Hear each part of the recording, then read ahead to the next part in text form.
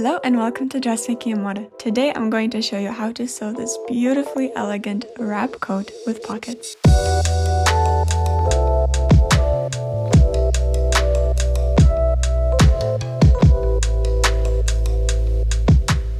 I'm going to make it easy for everyone who wants to stay cute in winter while still being warm with this gorgeous Kate wrap coat. The cloud-like oversized silhouette literally wraps you up in soft fabric, the stand collar flows down the lines of your neck, and you can even use a belt at the waist to cinch it all up if you like into that pretty hourglass shape. Of course, we'll be using the Dressmaking and Moda Kate Coat PDF sewing pattern, so to follow along, get yours at the link below in the description. Here are the materials you'll need. And please refer to your instructional booklet that comes with your sewing pattern to choose your right size and print and assemble the pattern perfectly, as well as follow the cutting instructions. And of course, all the steps for the whole sewing process of this coat are in there. And to give the wrap coat that luxurious oversized silhouette that stays, I'm using a brushed poly wool coating fabric. You can also use something like a boiled wool or tweed. And we have 10 pattern pieces here: the front, the back, sleeve, front facing, back facing, pocket lining, front lining, the back lining, the sleeve lining, and the belt. And before we start, we need to interface our pattern pieces. We'll be using a lightweight, non-stretchy interfacing for this. This is only for stabilizing, keeping our fabric soft and not stiff, and we'll also use a 1 cm wide interfacing tape for specific seams. Pieces 1 and 2, we're going to interface at the pocket opening with a strip of interfacing and also interface along the shoulder seams and the hem. You want to interface the hem of the sleeve, piece 3, as well. Piece 4 is going to get interfaced fully, and optionally you can stabilize the seam allowances here too. Piece 5 gets interfaced fully as well. As for the belt, piece 10, you can optionally interface the whole thing or just partially or not at all, depending on how stiff you want it to be. Okay, let's get to sewing. Pin together the front and back pieces, right sides together, and then sew the shoulder seams with 1.2 or ½ inch seam allowances. Press the seams open using a pressing cloth to protect your fabric if needed. You can move the fabric so it's comfortable to hold while you're pressing this in sections.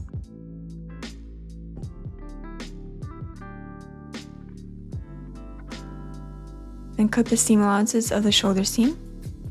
And now we can pin the sleeve into the armhole right sides together, matching the notches. And as you can see, I marked the wrong side of the fabric here with a disappearing ink pen. Pin it just like this.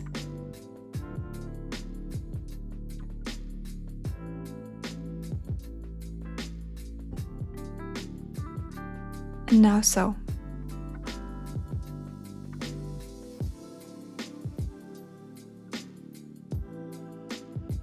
And of course, press. Here I'm using my sleeve board so it doesn't mess with the rest of the garment while I'm pressing.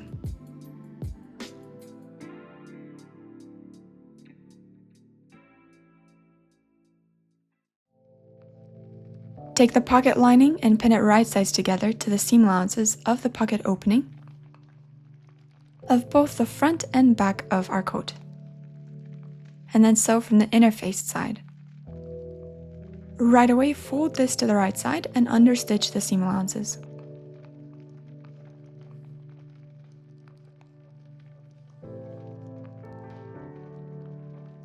Then press it nice and flat. Place the front and back right sides together, then pin the side seams along the pocket and sleeve. And you can draw the seam allowance of 1.2 centimeters as the guideline around the corners of the pocket opening so we can sew the side seam nice and easy.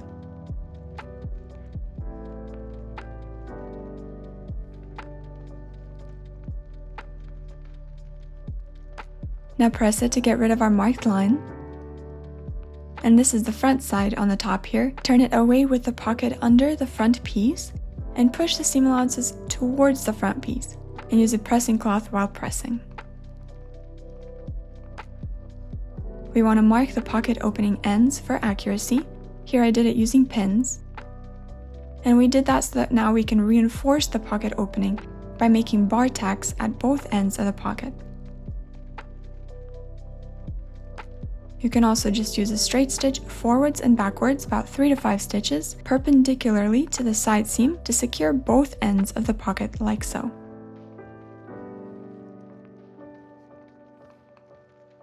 turn the coat to the wrong side and clip the seam allowances at the pocket corners and press them neatly open.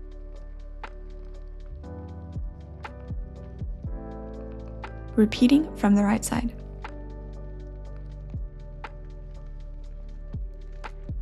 Do the same with the other side. The next step here is to fold 4 centimeters of the hem seam allowance up towards the wrong side, pin making sure that everything is even, and press it flat. And in the same way, press the sleeve hem up towards the wrong side.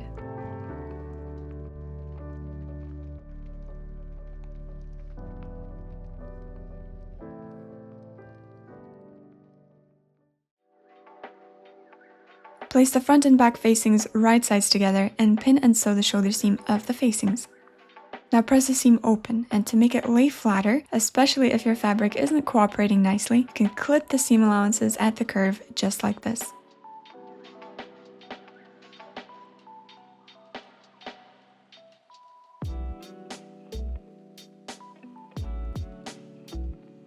Place the facing and coat right sides together, carefully pin all around the neckline edge, matching the seams and notches.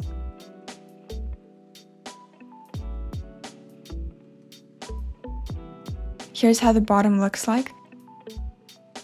Now we're going to sew from here all the way around from the facing side.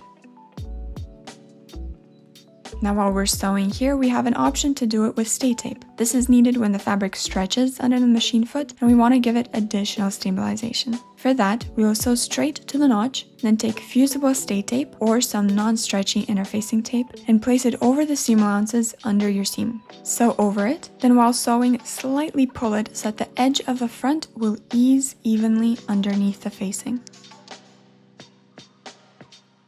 Sew straight at the back normally, and then again pull the tape a little bit while sewing from there to the other side of the neckline front up to the notch. After you get to that part, continue sewing without the tape. This technique prevents the neckline from stretching and will allow it to sit towards our neck. Now turning the coat to the right side with seam allowances towards the facing, understitch the seam allowances all around the neckline, about 2 to 3 millimeters or 1/8 of an inch away from the seam.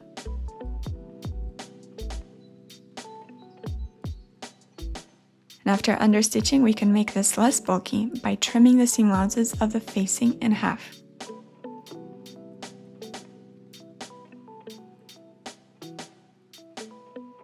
Now press the neckline edge using a pressing cloth to protect the fabric if needed, and cool it down with a wooden tailor's clapper.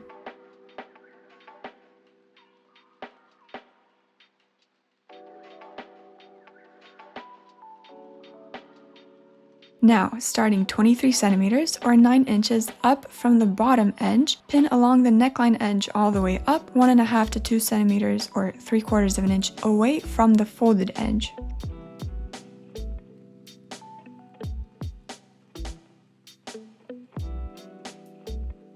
Then open up the facing, and we're going to take a needle and thread to hand sew the facing to the coat using a blind stitch.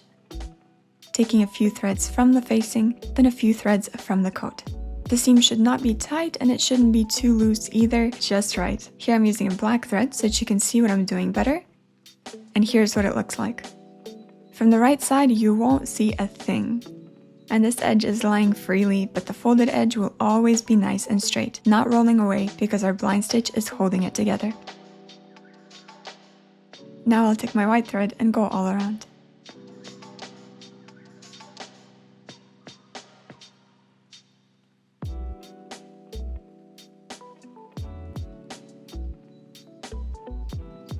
And finish hand stitching at the same 23 centimeters away from the bottom. Take out all of your pins and press it to get rid of any leftover pin marks and to help our fabric remember our desired shape. For our lining, we're going to do the same thing as we did with the main fabric by pinning and sewing the shoulder seams of the lining, pressing them open, and then pin the sleeve into the armhole, matching the notches and seams. Sew this in the same way as we did the main fabric, and then press either towards the bodice or the sleeve, your preference. Now with the front and back of the lining right sides together, sew the side seams, but leave an opening in one sleeve about 20 centimeters or 8-inch wide like this. Then press the seam allowances to one side. Now place the coat and lining right sides together and pin the lining to the neckline facing, matching the shoulder seams and notches. Then sew. Here at the back, we're going to clip the seam allowances of the lining at this back curve so that when we press it, it'll lay down nicely. Press the lining away from the coat. And now we will sew the lining to the sleeve. First, place the lining sleeve inside of the coat sleeve, wrong sides together, matching the inseam, here like this, and pin both inseams together so that we keep the right position of the sleeve while flipping it out. You're going to place your hand inside of the lining and the main fabric, grab the sleeve and turn it out to the wrong side. Now unpin and grab only the seam allowances of your main fabric sleeve edge and the lining and pin them together all around like you see here.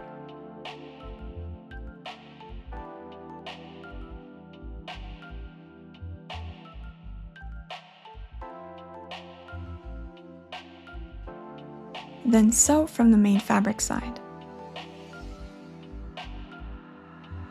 Now make a tack or secure the sleeve hem to the seam allowances at the inseam.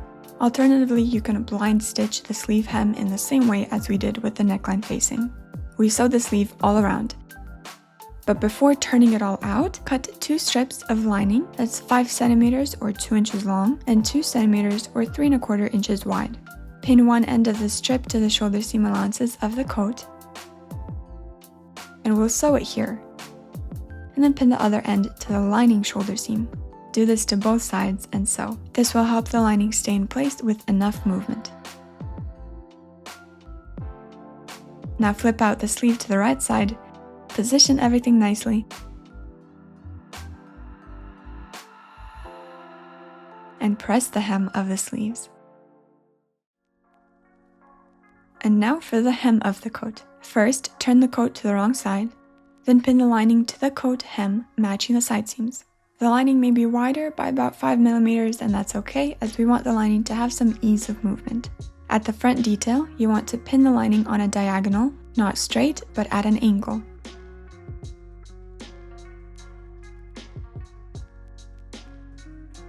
Here our seam will go like this. Just make sure that your seam will catch the seam allowances from the other side.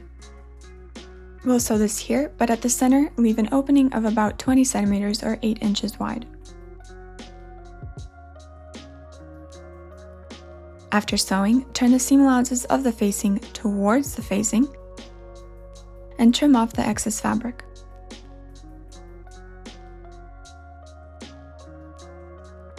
Through this opening, you can flip out the coat to the right side and check if the corners of the coat are symmetrical and that the front edges are the same length. This is the time to fix it if needed.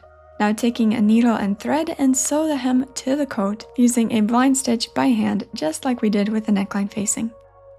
Remember that the seam should not be too tight or too loose. And sew it all around. Then turn the coat out to the right side through the opening at the bottom carefully. Make sure that the corners are sharp and your hem edge is smooth like this.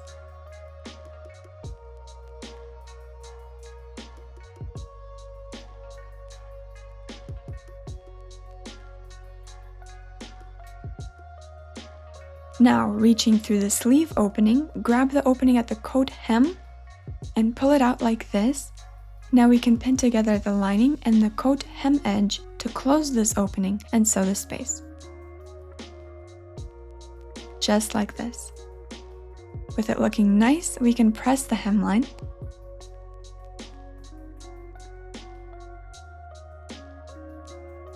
Beautiful. And press from the right side as well.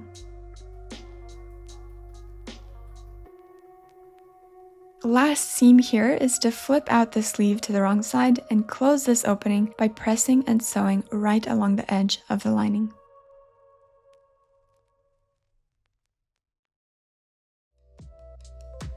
And the very last part of sewing our coat is the additional belt, so fold the belt right sides together and pin all around. So, leaving an opening at the center of about 20 centimeters or 8 inches. Now clip the corners, turn out the belt to the right side, then press the belt, pressing the seam allowances of the opening inside of it.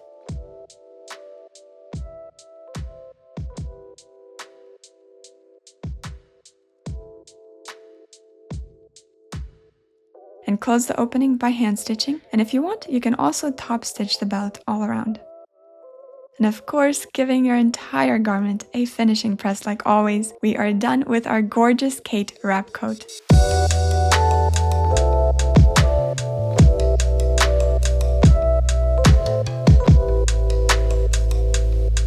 Thank you so much for watching. I hope this inspires you to sew this lovely piece yourself. I know you'll love it. You can get the PDF downloadable sewing pattern that I used below at the link in the description of this video, and happy sewing!